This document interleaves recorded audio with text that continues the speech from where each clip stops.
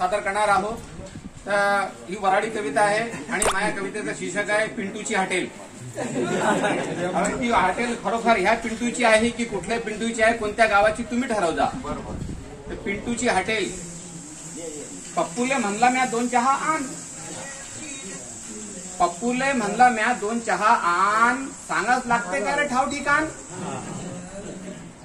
पान ठेल्या पुढे जाय आणि समोर पाय, पान ठेल्या पुढे जाय आणि समोर पाय, रिकामे वापरतात जिओचं वायफाय।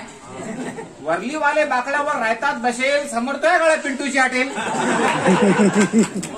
ती कुठली आहे माहित नाही बरं। वर्लीवाले बाकड्यावर राहतात बसेल, समोर तो गळ्या पिंटूची हॉटेल। तो म्हणे पत्ता तुम्ही बरोबर सांगा, तो म्हणे पत्ता तुम्ही बरोबर सांगा, सायकल घेऊ की करू इथून टांगा। म्या म्हणला त्याले तू पायीच जाय, वाटला तर कचोरी भजी बी खाय। इलेक्शनचा बोर्ड आहे तटी फाटेल, समोर त्या गळ्या पिंटूची हॉटेल। इलेक्शनचा बोर्ड आहे तटी फाटेल, समोर तो आहे गळ्या पिंटूची हॉटेल, समोर तो आहे गळ्या पिंटूची हॉटेल। लवकर तू जाय आता लागली तलब, लवकर तू जाय आता लागली तलब, आणि चौकात दिशीन तुले पत्त्याचा कलब। लवकर तू जाय आता लागली तलब, आणि चौकात दिशीन तुले पत्त्याचा कलब। फुकटाचा पेपर वाचणारे असतात गर्दी, बेवडाले पायणारे असतात ना रे गर्दी।